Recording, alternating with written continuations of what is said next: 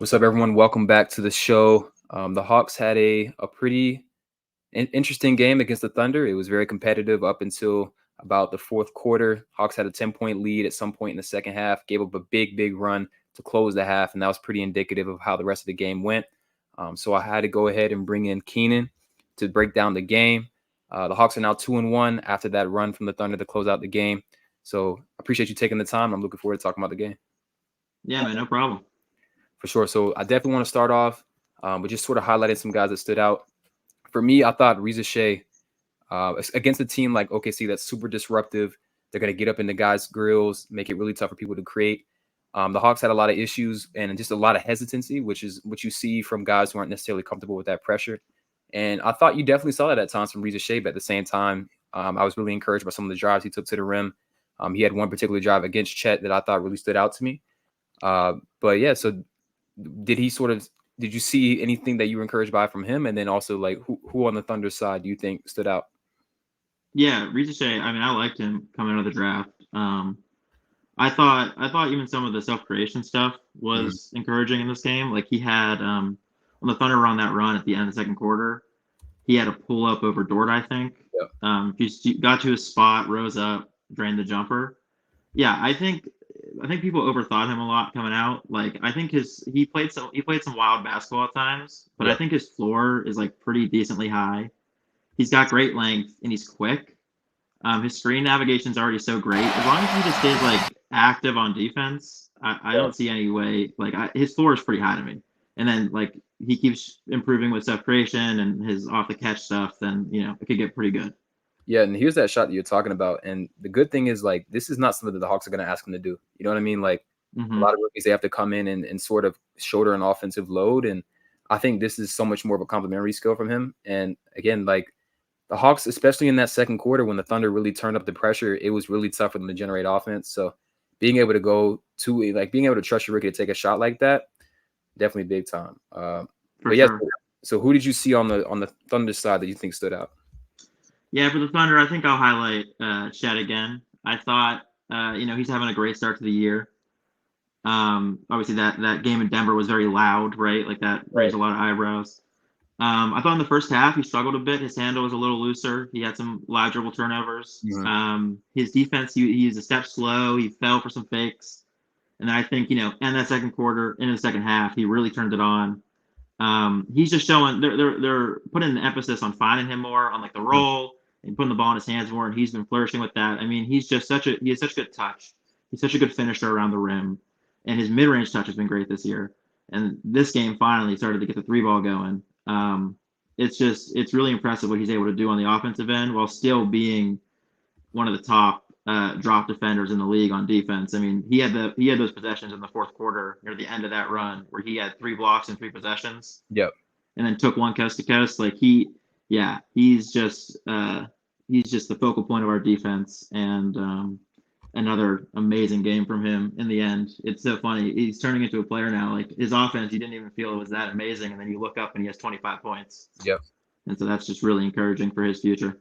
I thought it looked really easy for him. And I think was really impressive to me is just anytime you go to the rim against them, it's like a black hole. Like the Hawks shot Yeah. 32% in the paint, 50% at the rim. Like that's bottom 15th percentile. And it's not like they weren't able to generate those shots. It's just there's so much length around the rim, especially when Chet is contesting. I think he definitely stood out to me. A sort of guy that I thought Aaron Wiggins, like even though Hmm. like when you look at the lineup data, like they technically were better with him off the floor, but I thought he was able to get to the rim at will, which Yeah. as a guy that first of all, I think he's on one of the better contracts in the NBA. They Hmm. signed him to a really good contract, and he's absolutely a rotational player. Like I think he's someone who like maybe someone like Cleveland, like he could start at that 3 spot. Hmm. Really great slasher. I think he's just really good in space, understands this, has a high level spatial awareness in general. And I thought that, he didn't do anything crazy in terms of his production, but I thought when he was on the floor, like he was able to get where he needed to with no problem. And I think guys like that kind of give the Hawks problems in general, just because we only really have one person with Kobe Buffkin hurt that can really contain in space. So when you have someone, Hmm. when our best defender is on Shea and that ball gets swung and it's reversed to Aaron Wiggins and he's attacking downhill, he's really tough to stop. And I think that he gave us some problems because of that. But yeah, so Yeah. He's he's a player like I've been critical of him before. Mhm. Thunder fans will know that on Twitter. I thought his defense in the Mavs series last year was really poor. He might have been the worst, I think, individual defender in that series besides Giddey, but that's Um, but he's just such a solid player, especially offensively. And I think like the lineup data from last night, like it's a tough spot for him to start with that group because you kind of want a guy that's more willing to shoot threes in that group. It's Right. just not the best fit to be like the fifth guy with them. Mhm. But yeah, he's just so solid, and his self creation stuff has been a lot better this year. But he's always shown flashes of that. Like there was a game last year against Charlotte when Dub and Shea were out, and he scored like 25 points, and it was like mostly self creation stuff. And it's like, yeah, okay, he has some chops there.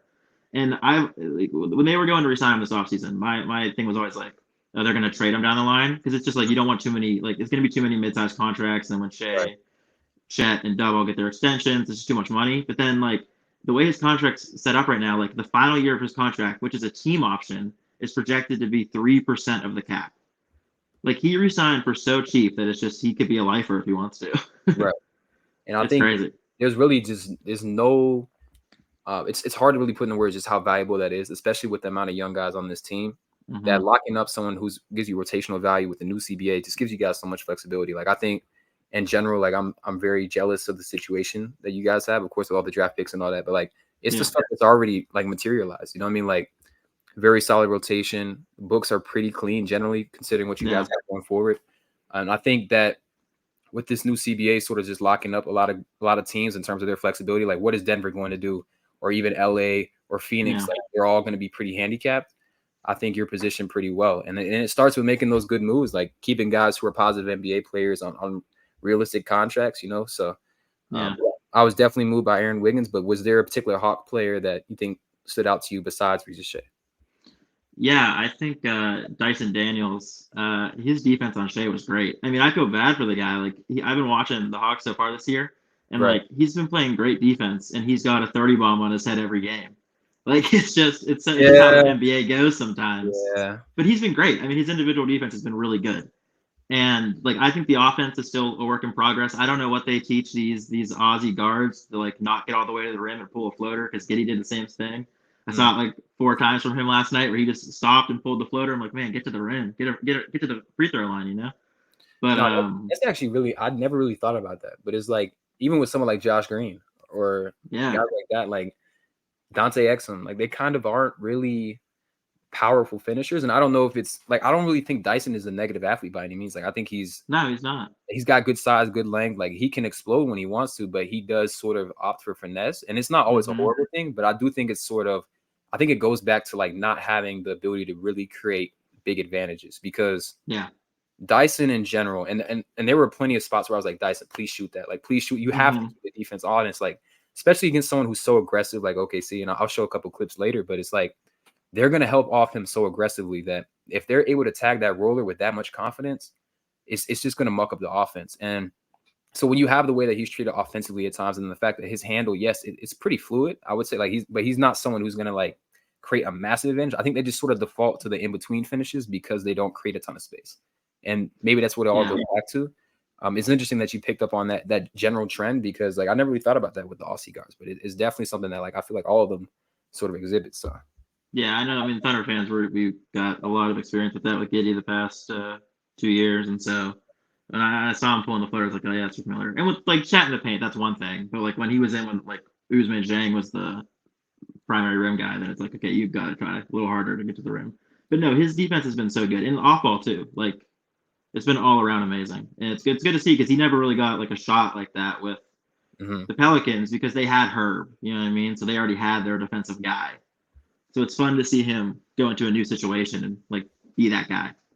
yeah, and I mean even with Herb, he was still taking a lot of the tough matchups. Like they would play the Lakers, and Herb's on the floor, but Dyson's one guard on LeBron. So I think that's what stood out to me. I'm really happy with the bigger role that he has, and it is unfortunate though because it's like if you really just look at the box score, you're like, he's getting killed. Yeah, that hasn't necessarily really been the truth. And so just definitely hasn't. To transition a little bit, I'm curious because one of the biggest things that I was watching for in this game, the Hawks came into this game like feasting in transition. Now, we played Brooklyn and Charlotte to start the season, but we were first in transition in the percentage of our rebounds turning into a transition opportunity. like 56% of the rebounds against Charlotte turned into a transition opportunity. So they're creating early offense. And actually, we came into this game, OKC and Atlanta were tied in the percentage of their possessions coming in transition, about 23%. And then OKC like completely shut this down. Like in this game, like the Hawks only turned 9% of their rebounds into transition opportunities. And you guys were one of the best transition defenses in the NBA last year. And so I wasn't expecting a massive drop off, you know, in terms of like because a lot of it is like you can kind of control the pace that you push the ball up the floor after you get a rebound. But I feel like OKC really dictated the pace of this game. So in terms of just like, do you think it's more so the pressure as soon as they get the rebound? Do you think it's how well OKC gets back in transition? Like, what do you think makes OKC such a great transition defense? Yeah, I think it's a mix. I think one of the things, especially with Hartenstein out, and this was the same all of last year, is like we're not really trying per se to get offensive rebounds. Like not many guys are crashing the glass unless they're already kind of down there. Yep. So I wouldn't say there was like an emphasis on getting back, but it's just not a lot of the guys are like wired, you know, instinct wise to go chase an offensive board. And so naturally you're just going to get back. I also think the team is just chock full of defensive playmakers. Like last year, still Kaysen, Shea, Dub, Chet, like those all guys that you're worried about in passing lanes and then at the rim. And now you add Caruso to that mix. So I think I think other teams know the scout too, and I think that it worries them a little bit. Like you don't want to be trying to fire ahead over Kaysen or Caruso because you'll know they'll probably hawk that. Right. So I think it's some of that. I also think like Mark is our coach, very plugged in to all these stats. He probably knew what the Hawks were trying to do, and he probably made a big emphasis on stopping it. But yeah, I think most of it probably just comes down to the fact that like not a lot of guys going for O boards, so they just naturally are going to get back on defense. Yeah, that definitely makes sense. I think it's just something I think in general, like the OKC is like the Thunder is such an intimidating defense. And it's like when I watch, like as I'm watching play, I'm like, yeah, like I don't know if there's a defense that scares me more in terms of like, I mean, I think this will be a top, like I think this will be the highest defensive or the lowest defensive rating in the NBA. I think they will be. So. But I do think at the same time, like Minnesota, Cleveland, like they've got like maybe more imposing shot blockers, but I don't think it's ever going to be a fun time for anyone to play against OKC. And like, and I know for the Hawks at least, like when we got Dyson, we have Kobe Buffett, and we got Veit in the rotation. I'm like, we're finally going to make guys work. But all across the board, I mean, you have Shea and Chet are first and second in stocks this year to start the season, which is ridiculous. Like those are your two of your three best players, leading you on defense, and then across the board, they've got guys making an impact.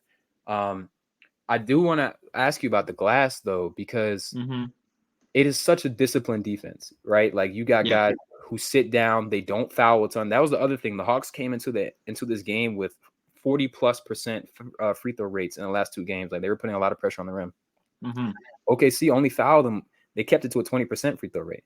In the previous year, you guys were actually like pretty foul happy. Like I think you were 25th, like in I think you were like 24-25%. But like this is a very disciplined defense, especially in this particular time. But like they were kind of just bleeding offensive rebounds to the Hawks, which I thought was really interesting because again, yes, this is a really good defense, but the Hawks guards, it was a lot of the guards crashing. Dyson, Risacher were really they were finding these lanes to get to the glass. And I was it was very interesting to me because I'm like, this is supposed to be, and they are still a great defense, but I was like, that's something that you can like they're just not finding bodies. So I think the whole rebounding thing with OKC in general has been a topic, like really since they started becoming a great team. How much do you think that's just more so like we can fix that with the mindset, or do you think that's going to be like a flaw just with the way that the team is constructed, or do you think that's something like iHeart's brought in? Like, what are just your thoughts on that? Well, I think Hartenstein will help, obviously. Very excited to see how that works out. And I think lineups with him and Chet together should be like positive rebounding lineups. Like, there should be good rebounding lineups. Right. But yeah, Sam Presti in all the way back after we lost to the Mavs, like in that post season interview he does, he mentioned like if they can figure out a way to get rebounding without damaging other stuff, which they did in Hartenstein, they'll do it. But he said the main issue with rebounding hasn't been the bigs. It's been the smalls, like you said. It's been guys crashing from the corners, crashing from the wings, and our guys not getting a body. And then, Smalls getting the rebounds, which is just, I will say, I think this was a little bit of a backslide game. I think guys like J-Dub and Shea, although Shea was good at rebounding, was pretty solid last night, but guys like J-Dub and Dort and those other guys, I thought they've actually been better about it the first two games. They backslid a little bit last night. But yeah, I think it's never going to be like a good rebounding team, but like they were awful last year, and they tied the Mavs in points in that series, right? Like and that series point differential was 0. So I don't think you need to be a good rebounding team. I just think you need to not be terrible. Like you just need to get to the middle. And so hopefully iHeart and more emphasis on like boxing out and not letting the smalls hurt you like that would be good. I also think there's some guys on the team that, and I welcome this, especially with iHeart out, that are, when they go up, not necessarily trying to just like tear a rebound down, but they're just trying to tip it and create chaos just to see what happens and see if we can end up getting it, because they're not big enough to just like go up and grab a rebound. Right. And I think that's fine. Caruso does that a ton. But yeah, obviously, like sometimes it's going to break your way and sometimes it's not going to break your way. So I think ultimately, like, are they going to be a good rebounding team this year? No. If they can just get to like top 22, top 20, I think that's all you really need, with how much we turn other teams over and how good our defense is overall. Because like it's all possessions game, right? Like if you give up an offensive rebound, that means you're losing a possession, the other team's stealing one. Mm-hmm. But with how we turn teams over, like we're stealing a bunch of possessions on that part of the game. We're turning you over, we're stealing a possession, and that translated to the playoffs last year. And with Caruso now in, and iHeart, who is a great defensive playmaker as well. He was, I think, one of 3 players with like 100 blocks and 80 steals, something like that. So he's got the same kind of defensive playmaking mindset. I don't see that stopping again this year. So it really just comes down to like you just have to be somewhat average. Yeah, that definitely makes sense. And so I just want to show a couple of the rebounding clips so we can just talk through them real quick. But it's what I think is really interesting to me, at least, is these are like tough tests. I don't know why it starts with the sound, but these are like easily fixable. You know what I mean? Like, yeah, this is not like a fatal flaw, and a lot of this actually is on Shea, which I think, and we'll get to this in like a later on. But I think there's arguments to be had like with his offensive load. Like he's gonna coast at times. But absolutely, a lot of times it was just Risacher going right around him. Like, and to Shea's credit, like he raises his arms at first. He's like, "Oh, that's my bad." Yeah, that's my bad. So I do think it's like this isn't something that will crush them in the series, because I think first off in the playoffs, like there's just a higher level of focus and attention to detail, right? And then also in the playoffs as well, it's probably these types of lineups where I thought you guys went like pretty guard heavy, against the Hawks, which. You can do that because when the Hawks don't play with force, like they're playing small, then it's like it doesn't really matter that you may have like some height or positional size limitations. But I think plays like these are going to be a lot less frequent in the playoffs in general, just because of the lack of or just because they're locked in, and also just I think this is also a testament to how intelligent Risacher is, like off the ball. Definitely. Because and we're also just for the record, we are down 3 of our 4 bigs to start this. Exactly. Yeah. So Jalen Williams, the guard, Jalen Williams, J. Will, the other Jalen Williams, and then Kenrich Williams, who's like our go-to small ball guy. Yeah. He's also hurt, and then obviously iHeart. So yeah, the all guard lineups are definitely something we'll use, but right now more out of necessity than like we really want to use it. You know what I mean? For sure. And there was even like I think there was a time where it was just J-Dub. It was like the only big on the floor. Yeah, and I thought that was really interesting because that was actually a really effective lineup against the Hawks. But like, do you think you could see them going to that like during the regular rotation, or with everyone healthy, or do you think that's more so like, again, like you said, more circumstantial?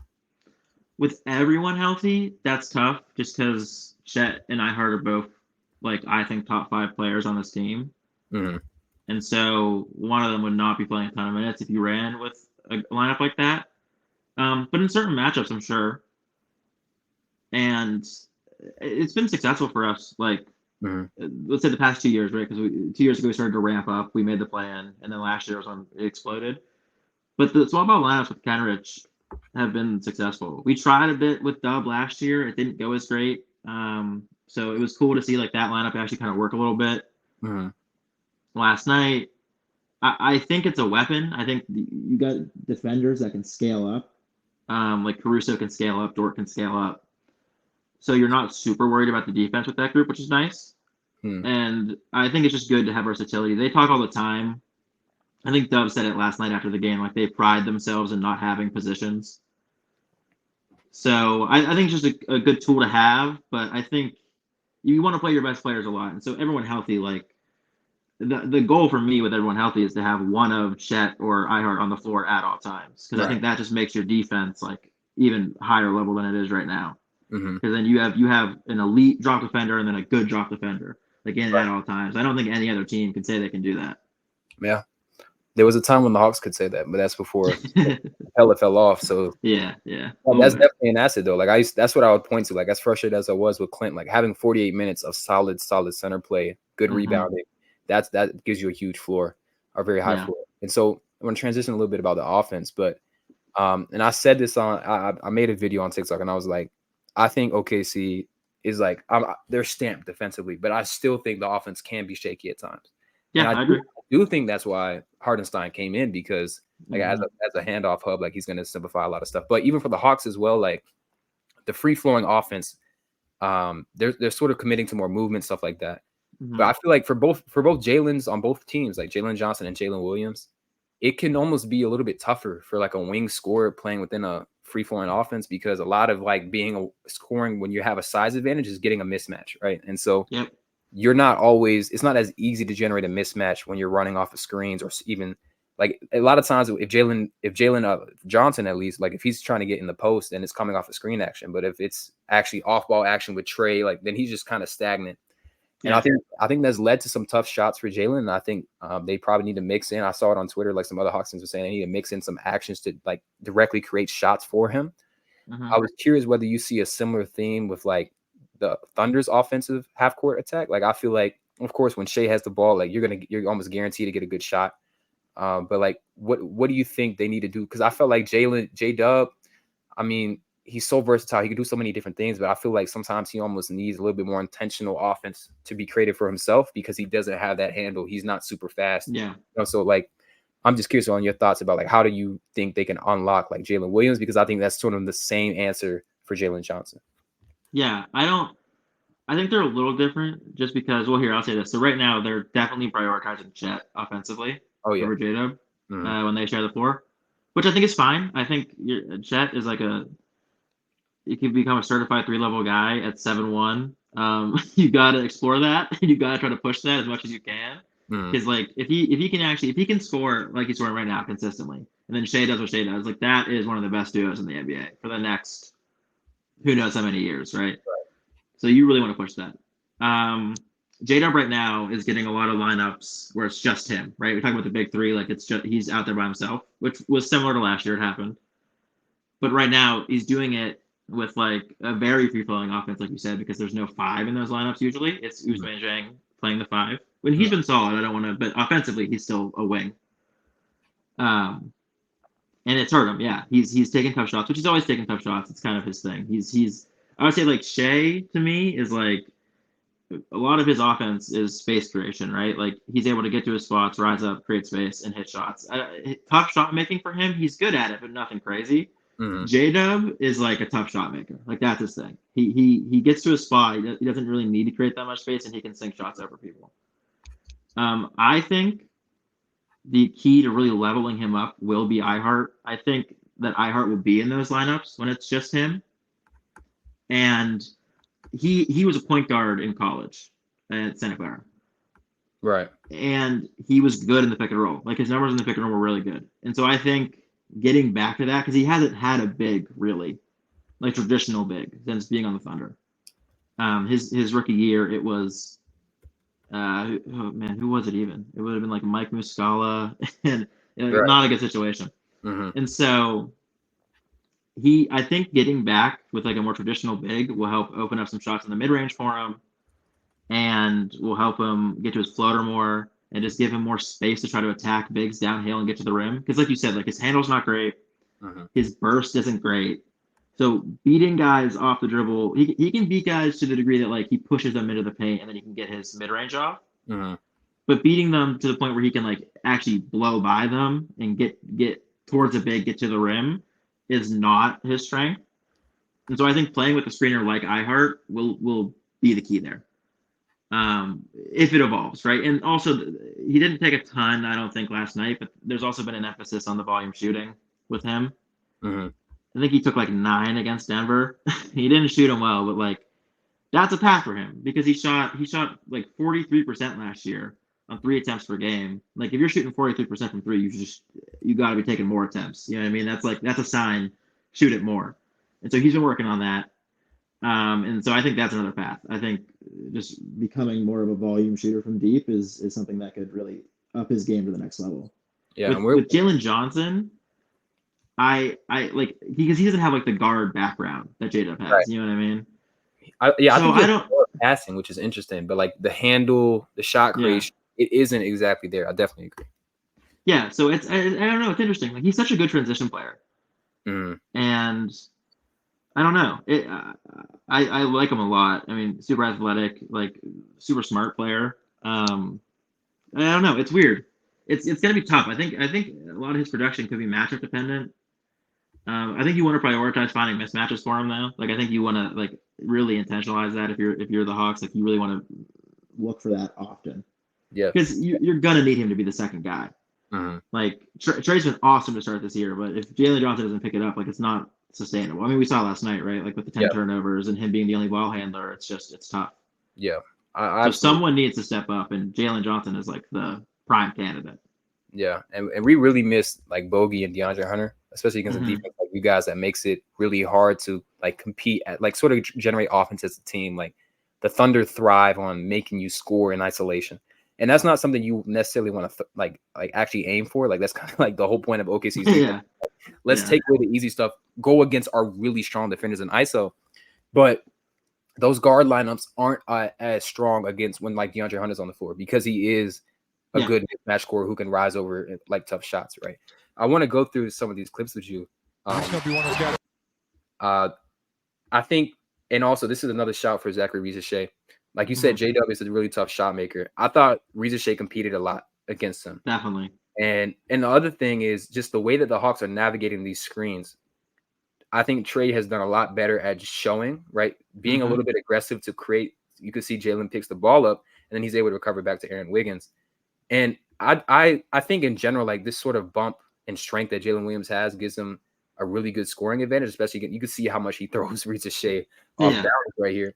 But even then, like this is a pretty good recovery from a rookie, and it's still a tough shot. And this is something that J-Dub is capable of making. And I think, again, like this is sort of the differentiator between him and someone like Jalen Johnson, because when Jalen Johnson goes to make a move like this, it doesn't look as fluid. Like, let me pull up the clip. Here's what it looks like. But like and for Jalen, he has a much higher chance of like, he likes to turn his back. Like when he's trying to, like, he likes to sort of like almost go into a suedo, like push, like a post up and then sort of spin off or something like that. But he's just not as fluid. Like, I think if this is J-Dub, like he's going to either initiate contact here, bump off, go to a pull up. But this is way tougher. Like his angle, the shot angle is completely different. He's not going vertically. And so there's definitely a level of like that I think Jalen has to get to as a shot creator to really be the number 2 guy. And this is why I was hesitant to say that like our offense is going to be fine. Like I feel like Trey gives us a floor, but it's just we need a lot from Jalen. We need him to be more forceful. And like here's this one more example of like where that lack of force can really hurt the ball. But it's like when he's driving to the paint and he has again, Caruso is really strong, but it can't turn into this floater. Like it just can't. Like this is a terrible shot. The floor is completely unbalanced because of where Clint Capella is. Like I'd almost prefer to have Clint up here because then at least Chet is further away from the rim. So like it's the shots like these. Like yes, he ends up making this too. Like this is like a ridiculous shot, but I've seen him miss this plenty of times as well. And I think the transition thing, he gets out and runs, but it's like he doesn't always read the floor. Like so he's just attacking. Yeah, and I love the aggressiveness, but sometimes it's just like maybe pull it out, set the offense. Yeah, that's fair. It's tough. Go ahead. I'm sorry. Yeah, that's fine. I think a lot of it's age though too, right? Like I think you compare the two, right? J-Dub and Jalen. It's like Jalen was a one and done, right? I'm pretty sure. Yeah. And he's still super young, like Mhm. comparatively for his age, for his like years in the league. He's young. He's on the young side. J Dub like 3 years in college, 2 years of that is as a point guard. So you already have that like on ball experience. And then he's like 23 right now, right? So he's just had more time playing the game, frankly. So I wouldn't like, I'm not ruling out anything for Jalen Johnson. I still think he could get to maybe not exactly like J Dub's game, but get to a version of it that's Mhm. more efficient for him and easier for him. But yeah, right now some of the technique and some of the instincts, I guess, are not where you want him to be. But young guy, I don't think it's over for him, obviously. Yeah, because J-Dub did what? He did 3 years in college. Yeah, Or 3 years. He started as a wing. Then his last 2 years, he was a point guard there. and that's the thing too, is like Jalen didn't even really play at Duke. So he Yeah, didn't play at Duke, didn't play at all his first year, sparingly played his second. And so it's like he's again, like he may have been in the league for a minute, but it's still, and here I'm gonna show you one more clip. This is like, I think this is a huge example of where he needs to grow as a playmaker, but then also just a testament to how smart OKC is defensively. Because I saw this exact thing happen 3 or 4 times, and they even got Trey with this, which doesn't happen often. But such an aggressive defense, right? So as they go into this handoff, Shea's already cheating off of Dyson Daniels. Like as soon as he sees this action going, and it's just like he breaks this up, has the length and the verticality to meet Onyeka at the apex of it, and it's just like it's immediately now it's the floor is unbalanced. You got two guys streaking ahead, and so I saw the Thunder make these reads like seamlessly. Aaron Wiggins did it. I think Kason did it. Lou Dort did it. It's like everyone on this team is just really smart positionally, and then they have the athleticism to make it happen. yeah, But this is like why I think leaving your feet is an issue. And in general, his sort of like the way he's been throwing passes, it's been very, he's just been kind of loose. Like I don't really know why he put such an arc on this. Like this is like a sitting duck. And then yeah, I didn't see the adjustments that I wanted to from the Hawks. Okay, like if they're gonna help so aggressively off Dyson, let's skip this. Like Jalen is able to make this pass. I've seen him make it. But it's just like they were just sort of going through the motions offensively. And this is also why Dyson has to shoot the ball with confidence, because there's no reason he came into this game shooting it pretty well, but it's like Shea does not trust that he's going to take the shot if he gets swung or he's going to make it.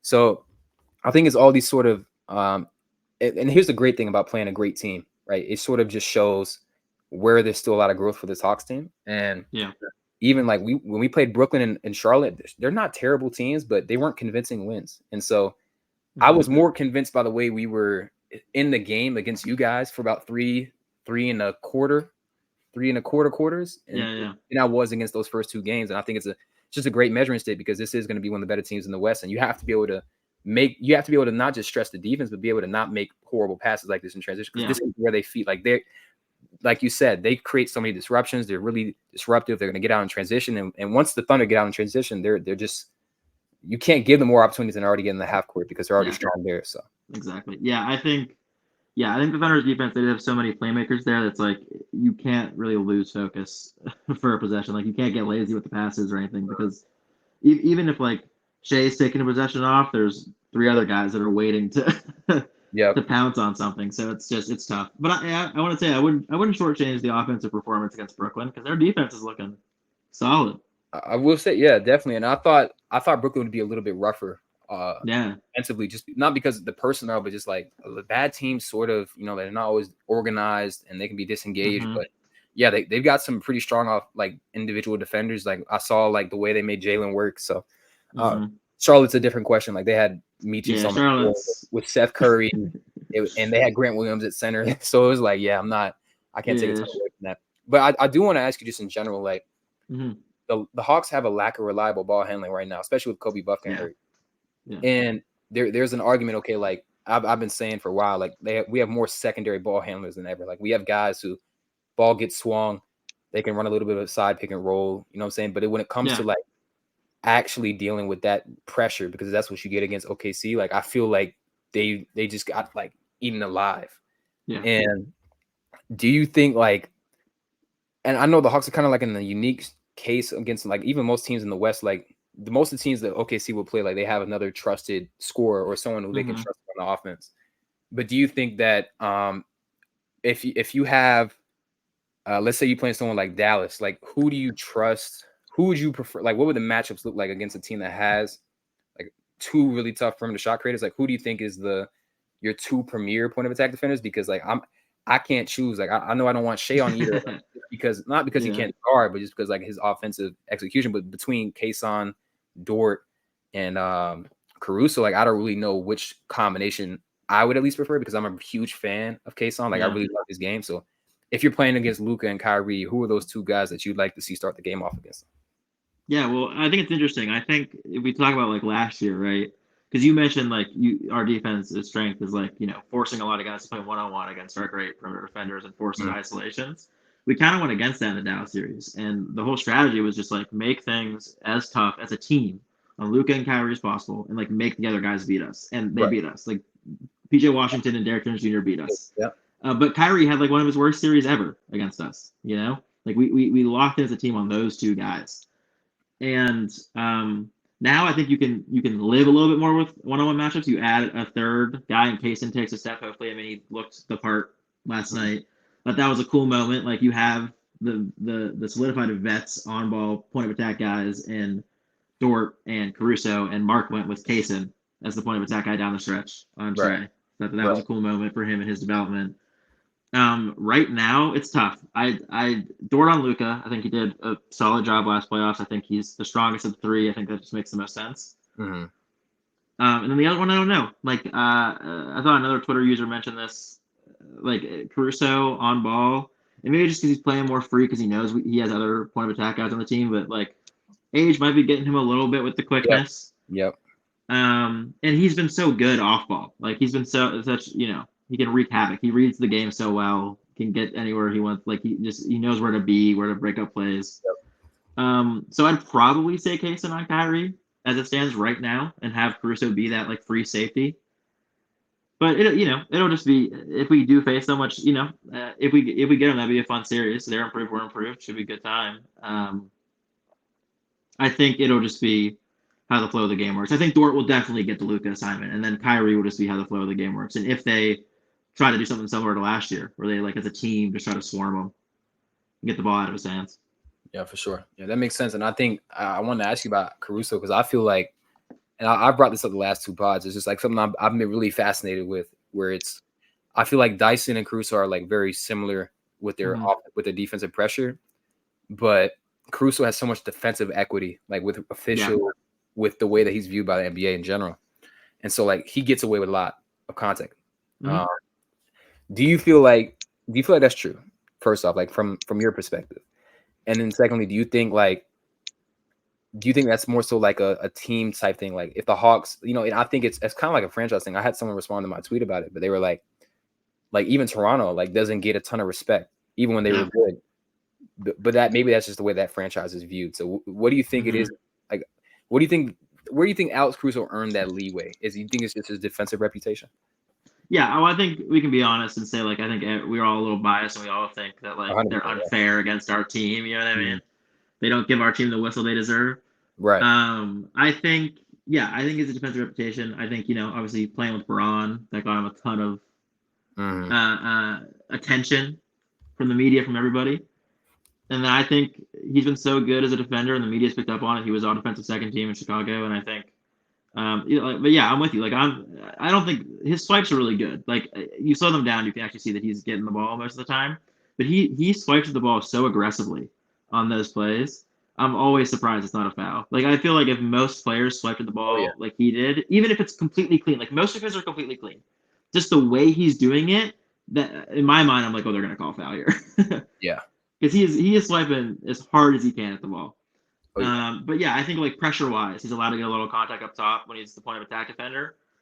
And yeah, I think it's a reputation. I think Mark talked about it beginning of the season, more about shooting. Like he said, like guys could have like one great shooting game and then they'll hold that reputation for the rest of their career. Like guys will close to them for the rest of their career because of that. I think defensively it's kind of the same way. Like the way that opponents and then the officials see you is kind of framed by what you've done before. And he's had some high-profile defensive moments and high-profile defensive seasons.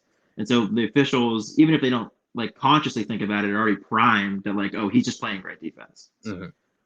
I think that's the issue. And I think for the Hawks, I mean, this is just a theory, and you might disagree with me. I think Trey, especially when you guys get the bonus, plays in the land of like ticky-tacky fouls, try to get to the line, which I think is fine. Shea does the same thing, right? Okay. I don't think to the same degree, but he does the same thing. Not to the same degree. Not in the way Trey does. Like Shea's not baiting like reaching you know what I mean? Like Shea's not baiting those kind of fouls. It's different styles. Like Trey is like waiting for someone to get their hand in the cookie jar and then like do the rip through. You know what I mean? Shea doesn't do that. Like his bread and butter for the free throw line is just like the mid range pump fake, jump into the guy. Right. So it's a different style. You know what I mean? But I think when you have a guy like Trey who's doing the reaching fouls and stuff like that, which I think is I'm not against that at all. I'm not one of those people. It's smart. It's a skill. If everyone could do it, everyone would do it. Absolutely a skill. Yeah, completely a skill.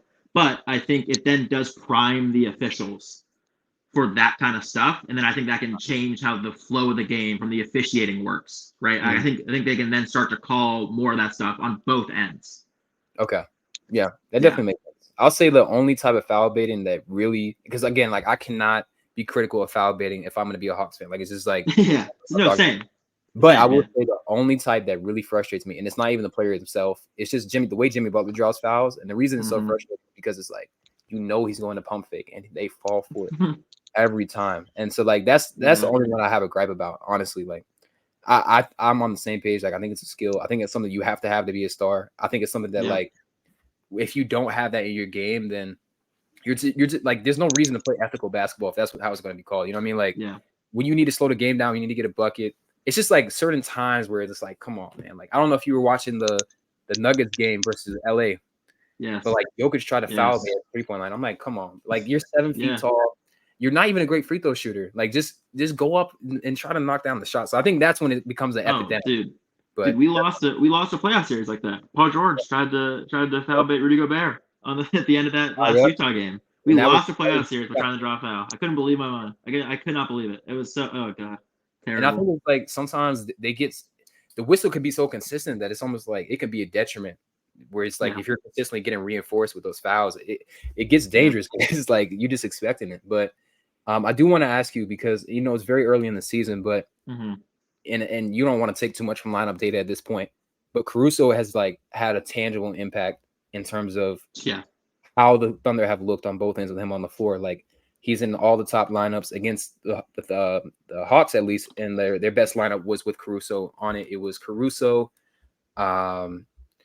Shea, Chet, J-Dub, and Lou Dort. So, and you mentioned that you would, in an ideal world, you'd have iHeart and Chet on the floor at all times, whether it's both of them or one of them, they're staggered. So what does your ideal starting lineup look like? Because at least from my perspective, I don't care as much about starting lineups. I just care about the closing. But I do think I agree completely. There's an element of continuity and consistency that comes with identifying a starting lineup like pretty early in the season. So, what do you guys look for? What do you think they're going to be looking for the starting lineup? This is a very hot topic, and I agree. I don't care about starting lineups at all. Starting lineups to me are no different than like the lineup in the middle of the second quarter. Like it doesn't matter to me. Closing lineups are the only lineup that like really matters. And Mark, like last year, they would not change the starting lineup. Obviously, everyone, even some of his biggest fans, were saying maybe bench Giddey for a little bit just to see what happens. Yeah. Even some of his biggest supporters were like, maybe off the bench he'll be better because it was a real struggle there for a while. 100%. And he refused to do it. And it kind of feels like he's playing a joke on us because so far this year we've had a different fifth guy in the starting lineup every game. It was Joe against Denver. It was Kaysen against Chicago, and then it was Wiggins last night. Interesting. So Mark is leaning into the versatility. I don't know. My ideal lineup, I'm a big believer in top end talent.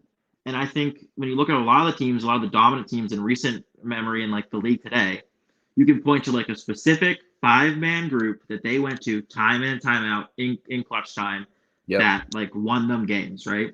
And I think if the Thunder have like one roster construction thing you're worried about, it's like I don't know if you can name a 5-man group like that right now. And I'm a big believer in top end talent, so I would like to start Shea, Caruso, Dub, Chet, Hartenstein, just in the regular season, just for now, when he's healthy, just to give that lineup a lot of minutes together to see if it can be the closing lineup. because those are your 5 best players, right? I don't think anyone really debate that. Like those are your 5 best guys. Yep. And so if they mesh well enough where they can be the closing lineup, then that would be really good for the Thunder, because like obviously how the lineup meshes will be the X factor, but like basketball in a lot of ways is still an individual game, and those guys will make individual plays when they're on the court. And so if you can have your 5 best players on the court, you're going to want to do that, because like when a game breaks down, when a game gets to that clutch time, it's moment to moment. You know what I mean? So it's you want those 5 best guys on the court to see what they can do and see if they can make plays. I don't know if that's how it's going to shake out, but that's what I would start. It's seeming like Dort is pretty locked in as a starter, Which so I don't think it'll really happen. But I would roll with that just to give them a runway, because like that lineup's going to be weird, right? Like, it's some low volume shooting. It's 2 bigs, which we haven't run much of. It'll be a weird lineup, but like if it clicks, that would be the best case scenario for the Thunder. So I would love to give it a runway, because like you said, like last night the best lineup was top 4 guys plus Dort instead of Hartenstein. Right. And that's the first time they've played it, and that was most people's pick for like best lineup, like a starting lineup this season. Most people thought that's what they're going to go with, and that's the first time it's happened. And I'm cool bringing Caruso off the bench. Like he goes 100% every play, no matter what. And he's on the wrong side of 30, and he always injures himself. He injures himself every year. I'm cool just like keeping him on the down low a little in the regular season and then ramping it up for the playoffs. Like I have no problem with that. But like that lineup killed it, and it's short sample obviously, but that lineup killed it, and it's so I could that lineup will probably happen at some point, obviously in a starting lineup. I hope they let the 5 best guys like get a chance together, but I don't necessarily think it's super likely. Yeah, I wanted to see like what was your best lineup last season, and so the only one that played like above 500 possessions was the starter with Giddey, and so like Giddey was so bad, he was such a detriment that they're like the OKC's best lineup was not like exclusive, like super dominant, although they were a great team. Yeah, but when you lower the possession count like below like 300 or so, they had the 6th best lineup in the NBA, and that was with Isaiah Joe in place of Josh Giddey. And I think it begs the question, because he's such a asset offensively. He's such a great high volume people shooter. I think like he probably has to play at least 20 minutes a night. But then it's like, okay, what that rotation? Like it's going to be really interesting seeing how they figure that out. I think for the Hawks in particular, starting conversations have been like huge. Like Hawks fans were like, as soon as I mentioned Risacher might not start, they lost it. You know what I'm saying? Like it was a huge problem. I'm like, look, that doesn't mean he's a bust. That doesn't mean he's going to be bad. Yeah. It's just like he has a decent amount of way to go physicality wise. Like he put on a ton of muscle actually, like since he's been drafted. But there's an element of like positioning, and then also just if they want to keep DeAndre Hunter stock high, which by the way he plays better off the bench anyway. Like I was advocating for him to come off the bench. Like I thought we would do Bogey and Dyson to start. There's just like I don't think Quinn cares as much about the starting lineup either, and I think there's also like a chance that like the Hawks should be matchup dependent with what they put on the floor. Like if we're playing when we have to contain multiple ball handlers, then maybe Risacher and Dyson make more sense than Risacher or than Dyson and DeAndre Hunter, or Dyson and Bogey. Like I think it's a blessing to have that versatility, because that's not something the Hawks had. Like when you're locked in the train DeJounte as your starting backcourt, you're fried against anyone that can create an advantage. Like OKC they're killing us. Like there's just like we didn't have an option to go into a more defensive direction. So I think like that's something I've been trying to just sort of stress to fans. Like it's a blessing to not necessarily know who's going to be starting on a night-to-night basis, if it's like the other options are just as equally impactful. You know what I mean? So it's like for the Thunder in that case, it's like, okay, wow, we're choosing between Caruso, Kayson Wallace, Isaiah Joe. Like that's crazy. Like at the end of the day, they're all going to play. They're all going to have a good impact. They're all going to probably have a chance to closing lineup. Like you can't necessarily go wrong. So I do want to ask you one more question, and then I have one more clip to share with you. But there's been a sort of like initiative, I think, in general across like the OKC roster, where it's like Shea was not a pull-up three-point threat for the most part, like at all last season. Like, I mean, he took a decent amount, but I think even for someone like him, there's a difference in like straight up pull-up threes, and I think the whole like he's really good in step back scenarios or even fadeaway with just the way that I think his mechanics work. But actually, like dribbling and pulling up into a three was not his strong suit. And I still think he's better in the step back scenarios than he is like up off the dribble. But I mean, his volume has doubled. Like last year, he was about 2.5 3-point attempts, pull up threes a game. Or just, I think that's just pull ups in general, maybe. And then he's now at over 6 pull up threes, shooting 37%. What do you think? I think in general, like obviously, like it's like a whole efficiency standpoint, like okay, it's higher points per shot, whatever it may be. And I think you're seeing Chet take more threes as well. J-Dub taking more threes. Yeah. And it's more like I think right now they're probably focused on the process more than the results because it's like, okay, they might not be knocking them all down at the clip that they would a mid-range jumper, right? But down the line, this is going to help them be more effective in the playoff scenario where instead of having to get a little bit closer into that drop defender to pull up, they can pull up directly off the screen. So what do you think about that initiative? Was that something that was stressed in the preseason? Is that something you've heard from Mark? And what do you think they'll do for their games just going forward? Yeah, big time. I think that was the most forward Mark has ever been about like a stylistic change. Like he was very open that they wanted to take more threes. For a lot of guys, like for Dub and for Wiggins, who both those guys have been trying to shoot more, like it just makes sense, right? Like Wiggins shot like 48 or 49% from three last year. Right. Like no world anyone should be shooting that high from three. You just take more threes then. Like that's too high. So for him, that makes a lot of sense. And for Dub, same thing, like 43%, then you should be shooting more. Like if he was only taking 3 a game last year. If he gets that to 6 and he shoots like 39%, that's a net gain for the team because they'll close out harder to him. It'll open up his drives more, and it'll just add more spacing. Shea is an interesting case. He's just like he always comes back with something new. Every season he comes back with something new. He said someone asked him a while ago. It's like, oh, like did you go into the offseason like with the pull-up three? Was that like an emphasis for you? Because like you said, last year he took some, but it was all step backs, and now he's actually like dribbling into them, like going forward with his momentum. And he said like, no, I just did it for fun. And he said, a couple summers ago, I shot a bunch of mid-ranges for fun. So he's always coming back with something new in his game. It's been crazy to watch him because he came to OKC, he averaged like 10 points, I think, his rookie year. He got up to like 20. He was our leading scorer in that bubble year, but with mid efficiency, definitely Chris Paul was better than him, like all that stuff. Then you got the keys, and he improves a little bit more, like scoring better, and then he came back. He was scoring more, but less efficiently, and now it's like he keeps going and going and going. He added because he wasn't always a great getting to the free throw line. He was able to add that to his game, and then he wasn't always a knock down mid range shooter, and now he's added that.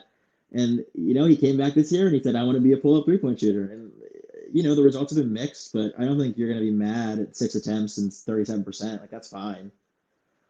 And he's really confident in it. He said last night that, he trusts the work and he's just going to push through it and he struggles and keep going. And Chet backed him up.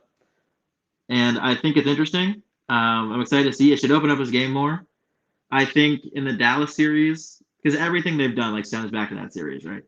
And I think in that series, a lot of the time, not necessarily with him, because he was great in that series, but with Dub and Wiggins and some of these other guys, they'd get a 3-point look that was decent, and they wouldn't take it in search of passing up the good shot for the great shot, but then that great shot would never materialize, and then you just kind of got stuck. So I think Dub and Wiggins, those two specifically, but also Kaysen and Dort and Caruso to an extent, and Chet, because if he plays more forward this year, with Hartenstein, they got to get used to shooting over some contests. Not crazy, don't take terrible shots, but just don't always bail the defense out, take some shots. And the more they do it, the better they'll get at it. So I'm fine with it. I think it's a good decision. There was rumors that they were interested in Klay Thompson. I think there were some rumors they were interested in Malik Beasley. They were looking for outside volume help. Didn't end up happening, which whatever. I'll take Hartenstein. But I think it being an internal focus makes sense. I think you have guys where it's just remove all. If we were the best shooting team, we were a Boston Celtics level shooting team, I would still want J-Dub and Wiggins to take more threes just because their percentage dictates that they should. And then for the team as a whole, I think it makes sense because we were the number 1 3-point shooting team in the league last year percentage wise. Yep. But we were so low volume that we were middle of the pack and makes, Mhm. So I think if we really want to diversify the offense and become true threats, it's going to be great for guys to just like get up a lot of shots in the regular season, and hopefully like they'll feel way more comfortable come playoff time, like shooting over some light contests. Yeah, I think you made a lot of good points, and one thing that definitely stands out to me in general, um, last year frequency wise, you were 21st, so only 34% Yeah, of the shots came from three. And like you said though, this was an incredibly accurate team. Like they shot 39%, which was third. And I think also just in general, the points about volume, like volume is just as I would say even more important than your actually ability to knock down the shots. Like mm-hmm. Onyeka Okongwu has started stretching his range out to the 3-point line. And he's taking more, like he's taking and making more than he did at any point in his career, but it's going to take time for teams to really for that to actually add spacing. And Yeah, that's the same thing with Dyson Daniels. Like we have a lot of unproven guys who can step down. He can step out and knock it down, but it's not necessarily something that like teams are respecting at this point. And so it's important that guys keep growing in that aspect. And I think the other thing that you said that really resonated with me, um, everything is stemming from that Dallas series. And I think yeah, there's a difference in being able to address something internally and then having to like knowing that your roster is so limited that you have to go get something.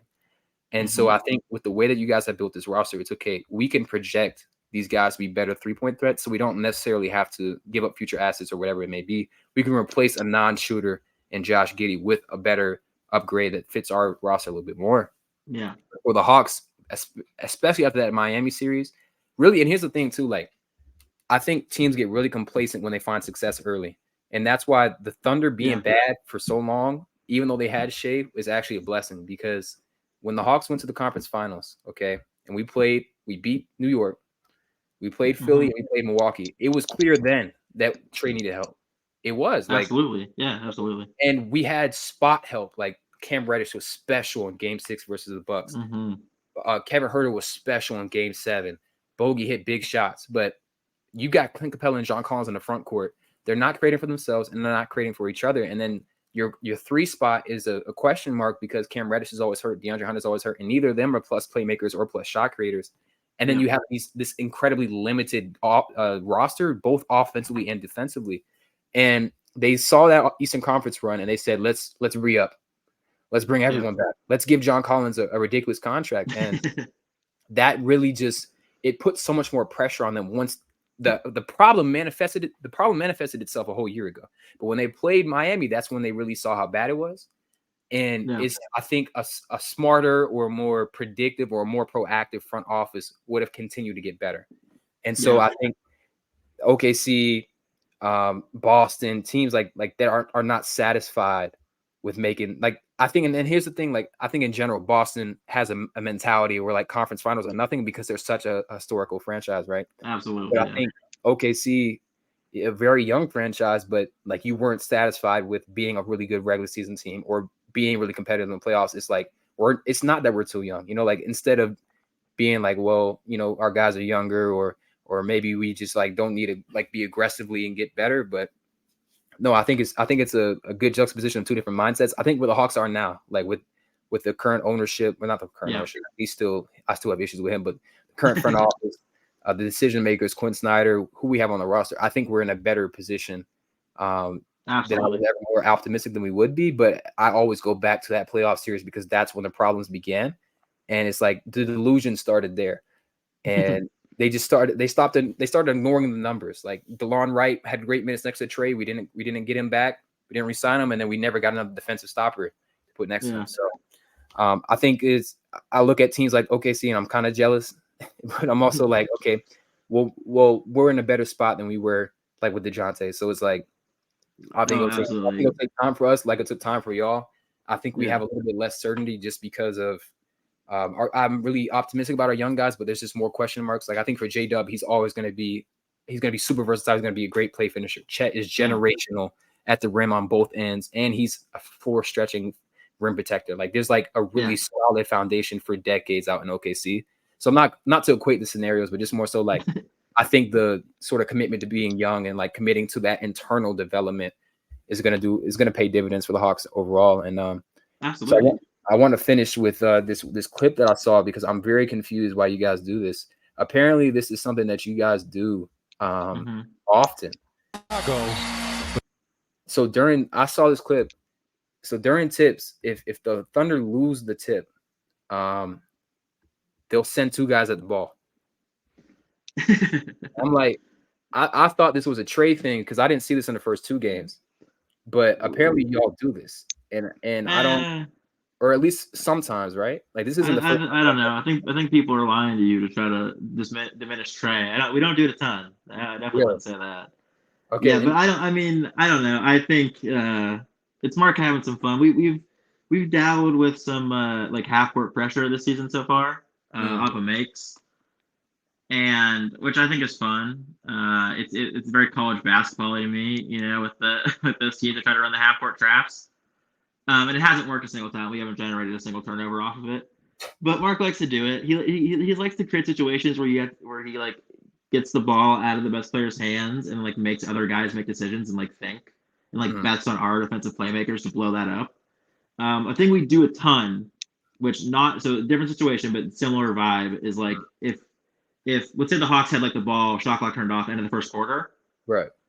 Mark would have done the same thing. He would have blitzed Trey, get the ball out of his hands, and make someone else do something in that situation. He does that all the time. Just blitzes the main ball handler, and which I mean, it doesn't work often. I don't really love that choice by Mark, but he likes it. So yeah, I don't know. For sure, yeah, I appreciate that. I was like, I don't recall seeing them do that, but maybe I was tripping. So definitely appreciate you taking the time, bro. I feel like I learned a lot about the Thunder in general. I appreciate the convo. I learned a lot about the Hawks, man. Oh yeah, for sure. Like if you feel free to please like plug your Twitter or anything like that. I think I kind of like scroll through what you were talking about during the game, just so I can get a feel for it. And I definitely think you understand the game on a deeper level. So thank you. Yeah, it's Nittany Lion 02. You want to follow me? I tweet about the Thunder and sometimes other NBA stuff and sometimes Penn State sports mostly. So yeah, follow me if you want. All right, for sure. I hope you all enjoyed the episode. I'll see you tomorrow for the Wizards' first game against the Wizards. We got back-to-back against them. But again, thank you, Keenan, and y'all enjoy the rest of your day.